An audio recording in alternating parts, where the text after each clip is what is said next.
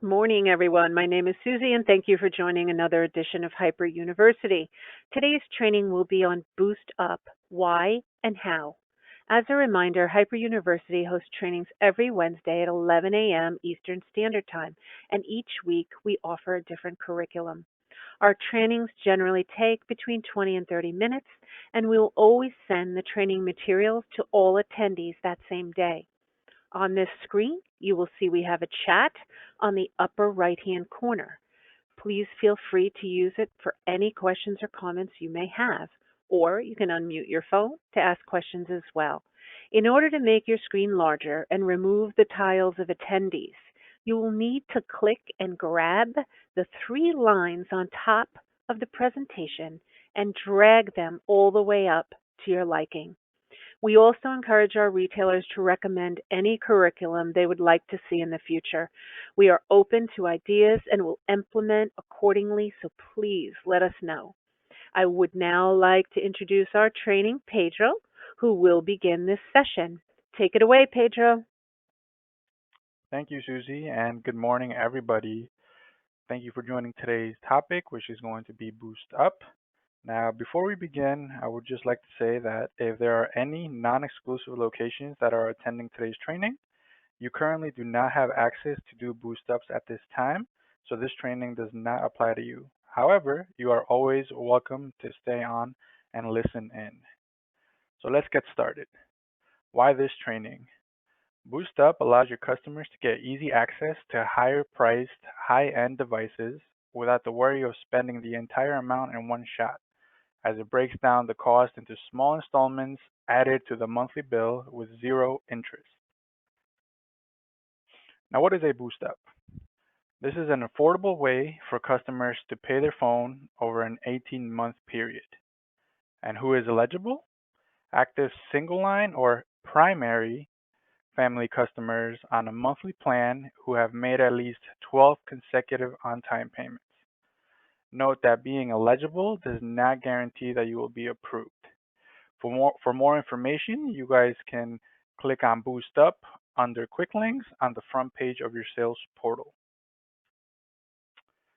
Now, when a Boost Up eligible customer comes in to make a payment, WebPods will pop up a screen to notify you about eligibility. As you can see here on the right-hand side, you're going to see that customer offer. Now, this is the golden opportunity to make the offer by asking if they would like to take advantage of this zero interest installment program on premium devices.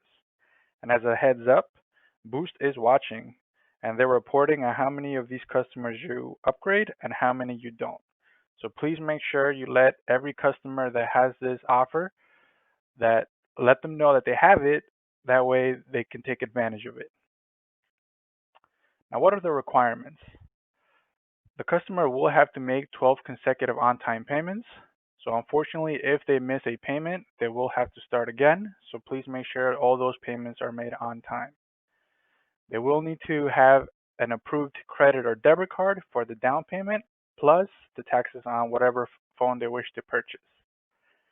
We will also need to validate the customer's identity. This is their name, address, date of birth, and social security number and driver license are not required, but it can help validate their identity. Also, effective July 1st, the FICO check completed at the BoostUp point of sale will no longer proactively search the Sprint database for unpaid Sprint debt. Now, how does this work? The customer will be required to pay a down payment and tax on the device at the time of purchase. The BoostUp amount will be added to the customer's monthly MRC. This is an 18-month installment period, but it can be paid off at any time by having the customer call in to customer service, or you can help them out by calling dealer care and paying off whatever amount they wish to pay. Those customers who are eligible can finance up to $600 on eligible devices. And you guys can go to your device hot sheet for a list of these devices as well as pricing. Now, if the customer does the Boost Up within 10 days of their MRC date, the customer will not be charged until their next MRC. Meaning, if the customer's bill is coming up and it's within 10 days and they want to do the boost up, that additional MRC amount is not going to reflect on that payment for that month, but it will show up on the next month. Okay, guys, so how do we prevent fraud with all this? So very important to always check the customer's ID to make sure it matches the name on the account. If the customer does not have the current phone, try making a test call to see if the account is active or if it rings. Do not take any prepaid debit cards as it's very hard to track back just in case that person is trying to do fraud. Now, if by any chance you have any doubts that the customer in front of you is not the owner to that BoostUp account, try calling Boost Dealer Care to see if there has been any recent changes made on the account. Dealer Care will be able to tell you if there has been any recent changes made to the name or address on that customer's account. If that is the case, then do not proceed with that BoostUp transaction. Let the customer know that there's a glitch in the system or that you're not able to process that transaction at this time. Now, also effective July 1st, the same credit card cannot be used to pay for BoostUp device down payments for more than 2 times within 30 days. So let's get started. So the first thing you do is go to your Elevate system and you're going to click on existing account followed by BoostUp and then Boost Portal. Once you click on Boost Portal, this is going to take you to your regular sales portal, and here you're going to enter the customer's phone number and PIN. Once you log into the customer's account, you're going to click on the little menu option right here in the middle, and you're going to select BoostUp Device Swap. Once you click on that, you're going to get a list of all the phones that are available for the customer, how much the device is going to be, and how much the monthly installments are going to be. This is just so the customer has options, and once the customer is ready and has decided on which device they would like, you're going to select Start Process. As always, the first step for an upgrade is to enter the device IMEI. After this, you're going to enter the customer's information. So please make sure you enter all of their information and you fill out all the required fields. Once again, as mentioned before, the driver license and social security is not required, but it can help validate the customer's identity.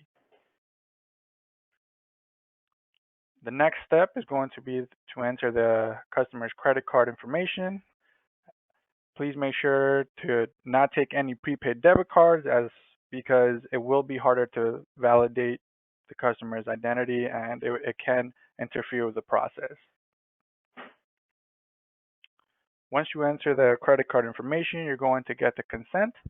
So please make sure the customer reads this and signs the consent. This is just so the customer knows that this is a contract that they'll be signing. It explains how it works, that it's an 18-month contract that they can pay off at any time. So just have them go through this and make sure they agree with everything and how it works. After you go through the consent, you are going to have one more confirmation page just to make sure the customer is fully aware about what they're going to get into. If they are positive and agree that this is what they want, just have them click on I agree. And the final step of this contract is to sign. Now this part is very important. When you enter the customer's name here or when they enter the name, please make sure you enter it exactly as you entered it on the customer's information page. Any difference in capitalization or spacing or dashes will affect the process from going through. So please make sure you enter it exactly as you entered it in the customer's information page. You can also print out the agreement for them so they can go over it on their own and they can take it with them. Once you get through that sign-in page, the final step is just to review all the information. Now, as you see here, some add-ons may or may not be removed. If that is the case, let the customer know that that add-on will be removed and you will try to call dealer care to put that add-on back. Now, depending on how old that add-on is, it may not be able to be added back to the account. So set that customer an expectation. And after all this is cleared out, you can go ahead and click on submit. And congratulations, you guys have successfully processed a BoostUp transaction. Now, to double check that the BoostUp was processed successfully, you can go back into the main menu of the customer's account. And now, instead of saying BoostUp device swap, you're going to see that it says installment billing. So if you guys go ahead and click on installment billing, you're going to see all the details of the BoostUp transaction, such as their monthly payments, how many payments they have made, how many payments they have left, and when their next payment is due. This is just to show the customer all the details, or if they have any questions, you can just show them this page and this will break everything down for them. Now, in the event that you guys do have to do a BoostUp return, this is possible as long as it's within the 7-day policy. So the first thing you want to do is always check your MSN lookup tool and enter the serial number of the phone. If the tool lets you know that it's a yes, then you are able to take it back. If it's a no, then you will not be able to take it back. Now, if it is a yes, please make sure that you take the phone back and everything that came with it, like the box, the charger. And within that customer's account, you're going to see the option for BoostUp device return. If you do not see that option, that means it's over the 7 days and you will not be able to take it back. So please make sure that you take a look at that before you can tell the customer whether they can take it back or not. If the return is successful, let the customer know that the down payment that they put on their card will be returned and that it will take anywhere from 7 to 14 days before they can see it back on their account. So just let the customer know that. Now, if for whatever reason you guys get an error while trying to process this return, you guys do have another option, and that is to send an email to BoostUp support at boostmobile.com. In this email, you need to include the customer's name, phone number, and PIN. And very important is to make sure that you let them know that you have taken the device back. Now, this does work, and the team will respond within 24 hours, and they will be the ones in charge of canceling out the contract and issuing that down payment back to the customer's card. During this time, you can either swap back to the customer's old device, or they can get a new device if they want to get a new device. If they want to get into another BoostUp, however, they will have to wait for the contract to close before they can do another one. So just let the customer know that. Now, what are some common errors that you guys may encounter? The first one is a name mismatch. This is when the name entered under the personal customer information page is entered differently from the electronic signature. As I mentioned before, the name you enter there has to match exactly the name that you enter on the signature. Any differences in capitalization, spaces, or even middle initials can prevent the process from going through successfully. So please make sure that you enter it the same.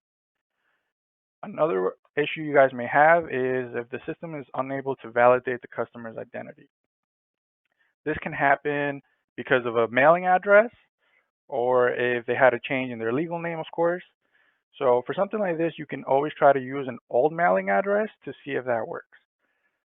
Please note that a PO box cannot be used as a mailing address, so you can try to enter the customer's social security number or driver license to help validate their identity.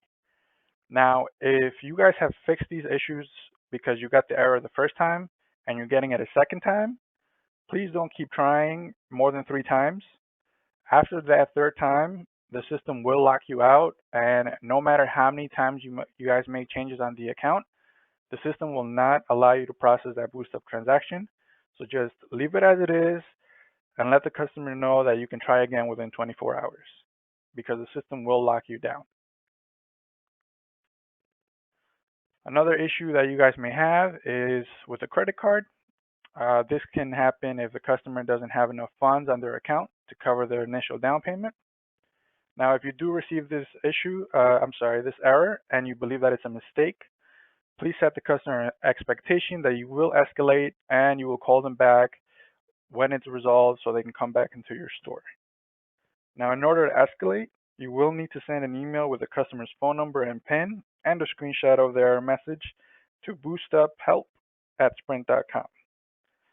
Also, do not escalate if you are a retailer and you're trying to use your personal card to process a BoostUp down payment for a customer. Remember that each card can only be used twice within 30 days.